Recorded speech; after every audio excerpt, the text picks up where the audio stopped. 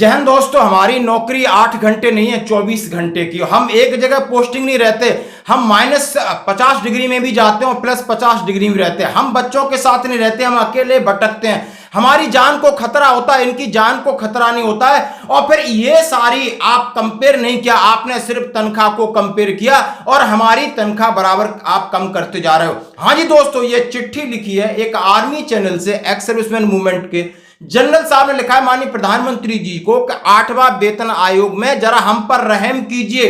आपने हमें उन लोगों के साथ मिला दिया जिनकी सिर्फ 8 घंटे नौकरी है और जो हमेशा बीवी बच्चों के साथ रहते हैं, एक जगह रहते हैं, अपना घर द्वार समाज से रहते हैं। उन्हें कोई डिसेबल होने का खतरा नहीं, कोई जान का खतरा नहीं, उनकी बच्चों की अच्छी एजुकेशन हो जाती है। और हम ऐसे डिस्टर्ब पूरी लाइफ जीते, हम तो जीते, हमारे बच्चे भी उसका सफर करते हैं, लेकिन आपने हमें भुला दिया। उन्होंने कहा है कि God and the soldier are remembered only during dangers. भगवान और सैनिक को जब याद किया जाता है जब आम आदमी को, नेताओं को, जनताओं को खतरा हो। Danger passed, god is forgotten and soldier is slighted. उन्होंने कहा जैसे ही खतरा टला, लोग भगवान को भूल जाते हैं और सैनिकों को भी साइलेंट मोड पर चले जाते हैं, कोई याद नहीं करता। लेकिन क्या 8वें वेतन आयोग में बदलाव की जरूरत है?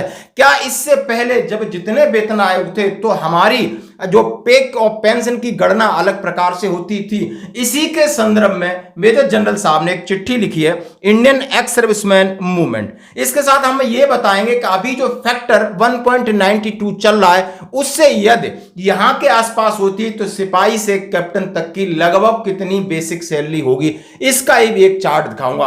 पहले इस चिट्ठी की बात करते हैं, जरा ध्यान से सुनिए कौन कौन से बिंदु डाले हैं और जेएसयू जवानों को क्यों उन्होंने एम्फेसाइज किया, हाईलाइट किया है कि वो गजेटेड अफसर हैं लेकिन आप एक लोअर डिवीजन क्लर्क जैसा क्यों व्यवहार कर रहे हो, जबकि ये अपनी जान कुर्बान करते हैं और ये घर बैठे हैं 8 घंटे। आपने बिल्कुल नहीं सोचा इसके लिए क्या चाहिए उनको।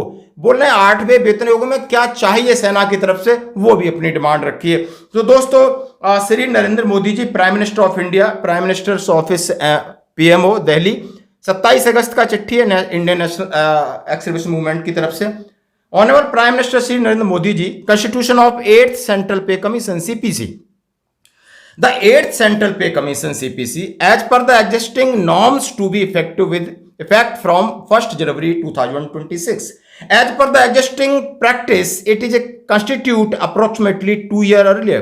The same need to be constitute the earliest and avoid delay उनका deliberation and approval by the government. It is felt by the defense veteran that earlier pay commission 3rd, 4th, 5th, 6th and 7th had many anomalies to the disadvantage of defense personnel both serving and retired. उन्होंने कहा है माननीय जी 8वें वेतन आयोग का समय आ गया, आप इसको कॉन्स्टिट्यूशन की घोषणा करिए।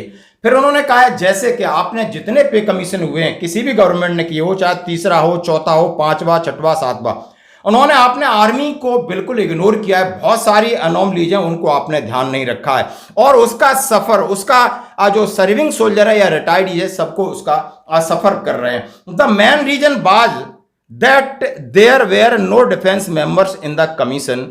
Some of the anomalies are so serious adversely affect the status of pay, pension, promotion by their civilians counterparts. A few example are as under. उन्होंने कहा है कि आप यदि हमारे किसी रैप को, यदि किसी को भी इस कॉन्स्टिट्यूशन पे कमीशन में बिठाओगे वो बताएगा, लेकिन आप उनको शामिल करिए और इसकी वजह से आपने बहुत सारा हमारा पे, पेंशन और प्रमोशन में अनोमलीज पैदा कर दिया है as part of civilians. Example दिया आर्मी रैंक, उन्होंने कहा सिपाही, lance naik, naik, havildar, lower division clerk के हिसाब के आप उसके हिसाब से दे रहे हैं।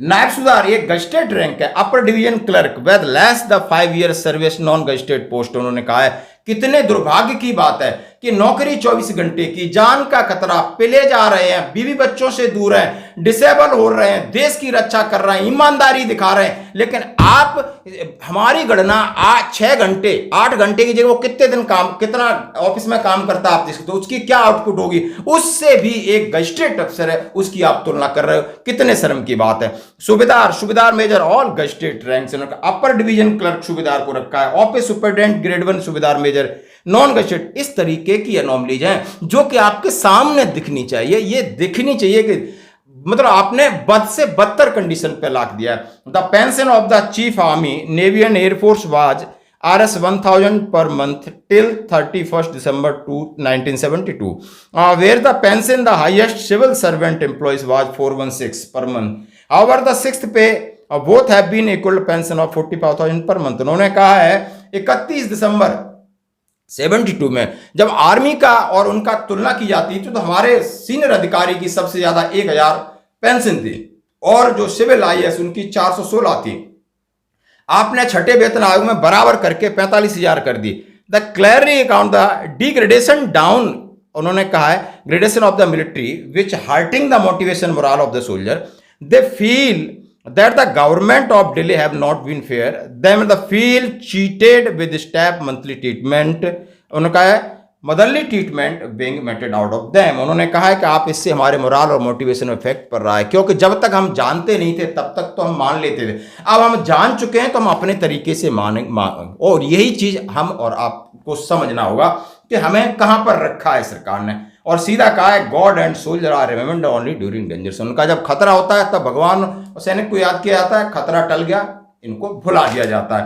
और दिस लास्ट में उन्होंने क्या सजेशन दिया है, the main reason is the non-inclusion their member of both serving and retired in the Central Pay Commission, even represented by the chief were not agreed to। उन्होंने कहा है कि इसका कारण है कि आपने आर्मी चीफ या सर्विंग या रिटायरीज को शामिल करना चाहिए था। मेरी इनसे बात हुई इसके बारे में दोस्तों, मैं कहना चाहता हूं कि मेरी बात हुई, मैंने बोला आपने किस हिसाब से लिखा है, क्या सरकार मानेगी या नहीं मानेगी, नहीं मानती क्या किया। मेरी 18 मिनट बात हुई, बहुत सारे बिंदुओं पर हमने इनसे बात किया साहब से। The soldier strongly feel that 8 CPC include defense member, one each from serving or retired, who would represent their cases strongly with facts. Soldiers want their due justice। हम अपना निर्णय चाहते हैं और हमारी बात को उस प्लेटफॉर्म पर रखा जाए, इसके लिए जरूरी है कि कोई सर्विंग और रिटायर्ड दोनों को आप इसमें रखिए members. We therefore request honourable prime minister please consider the request of favourably issue. उन्होंने कहा है कि आप डायरेक्शन 8th कमीशन जब भी कंस्टिट्यूट करते हो ऐसे डायरेक्शन इशू करिए ताकि हमें शामिल किया जाए। माननीय राजनाथ सिंह को और उपेंद्र द्विवेदी साहब जो हमारे चीफ ऑफ आर्मी स्टाफ है, air chief marshal VR Chaudhary साहब को और दिनेश त्रिपाठी साहब को और नितिन चंद्रा IAS हैं जो ESW सेक्रेटरी, इनको लिखा गया है और ये पत्र आपके सामने। अब मैं बात कर रहा हूं दोस्तों कि हाँ 8वें वेतन आयोग की बात चली है तो इस पर क्यों न चर्चा की जाए। हर कोई फाइनेंशियल एक्सप्रेस या न्यूज टाइम बहुत सारे दे रहे हैं कि फैक्टर 1.92 हो सकता है, जैसे कि ये अब चलने लगा है 1.92 का खेल।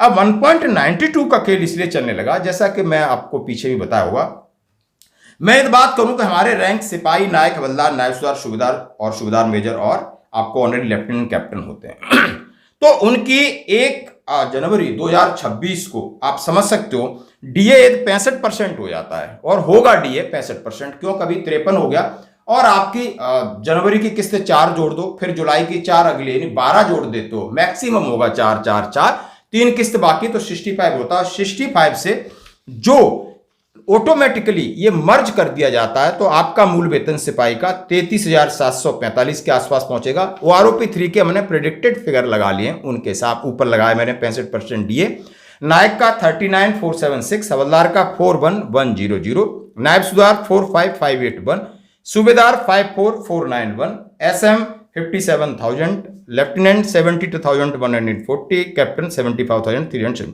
ये इसमें ये फिगर जब मर्ज कर देते हैं 65 तब है और OROP 3 का रिवीजन हो जाता है। ये सारी चीजें प्रेडिक्शन है, 65 भी लगभग वहीं रहेगा, आप जान सकते हो, एक आध कम हो सकता है।